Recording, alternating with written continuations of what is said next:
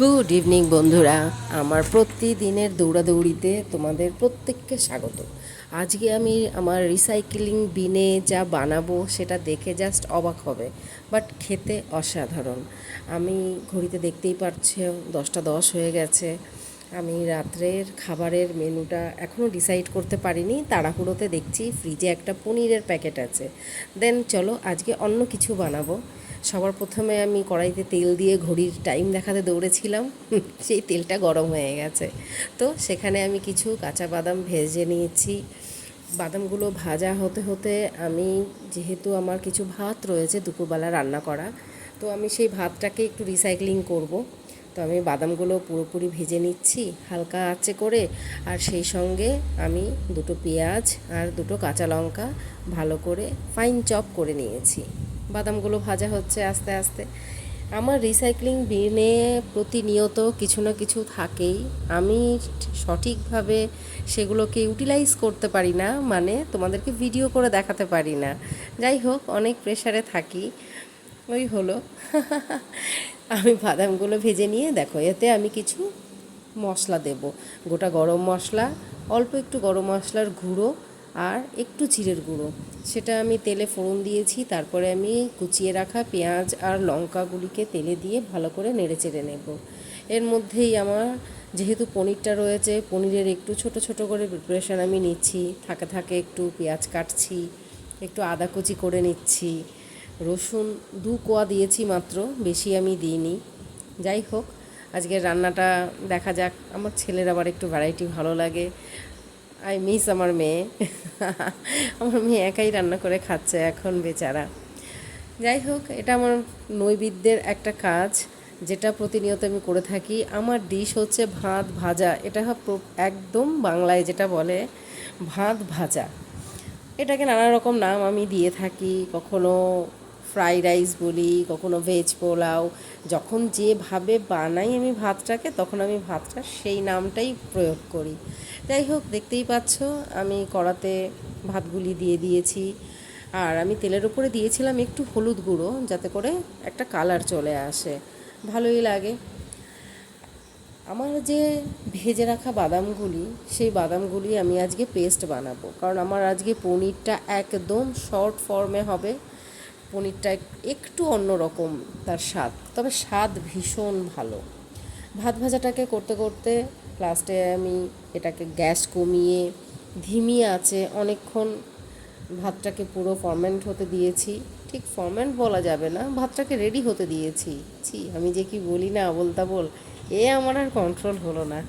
চলো, এই সুবাদে আমি পনিরটা রেডি করে ফেলছি।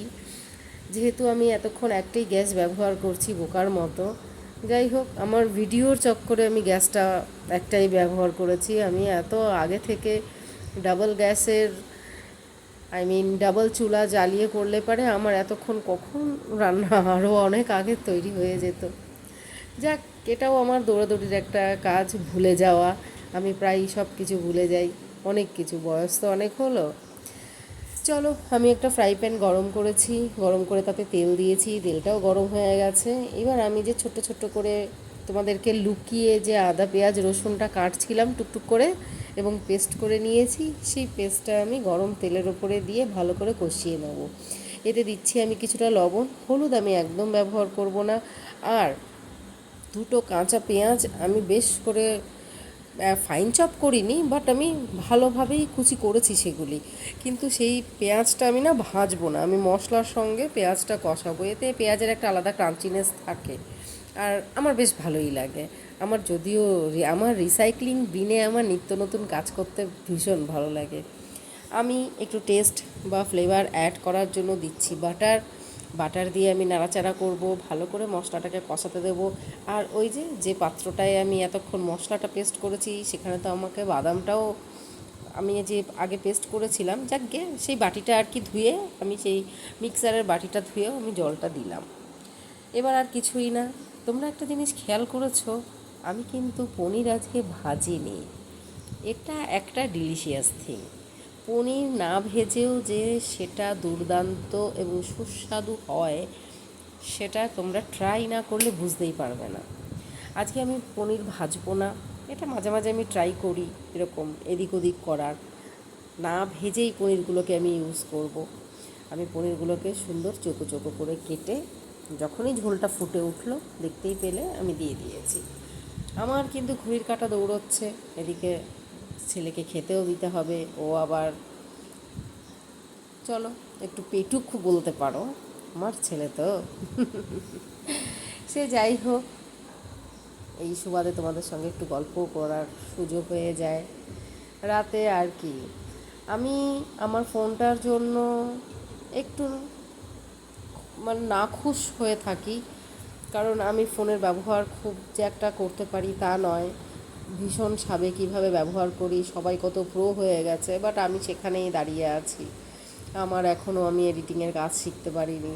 আমি টুকটাক করে আমার চলার পথে যা যা প্রয়োজন সেইটুকুই করি, সেইটুকুই ভিডিও বানাই। আমার যে বাদামের পেস্টগুলো করেছিলাম, যদি ভুলে গিয়ে থাকো আবার মনে করিয়ে দিই। একদম প্রথমে আমি যে বাদামগুলো ভেজেছিলাম সেই বাদামগুলোর আমি পেস্ট করেছি। কখনো ভাজা বাদাম পেস্ট করে এইভাবে রান্না করে দেখবে, একদম আলাদা একটা টেস্ট আসে, ভীষণ একটা ফ্লেভার আসে। আমার আমার পার্সোনালি ভালো লাগে, তার মানে এটা নয় যে তোমাদেরও ভালো লাগতে হবে। যাই হোক, আমি বাদাম বাটাটা দিয়ে দিয়েছি, দেখতেই পাচ্ছ হয়ে গেছে আমার। চলো এবার ঘড়ির টাইমটা দেখে আসি টুক করে, 10টা 40। তো আমি 10টা 10 থেকে 10টা 40-এর মধ্যে আমার রান্নাটা কমপ্লিট করেছি। Tata, good night.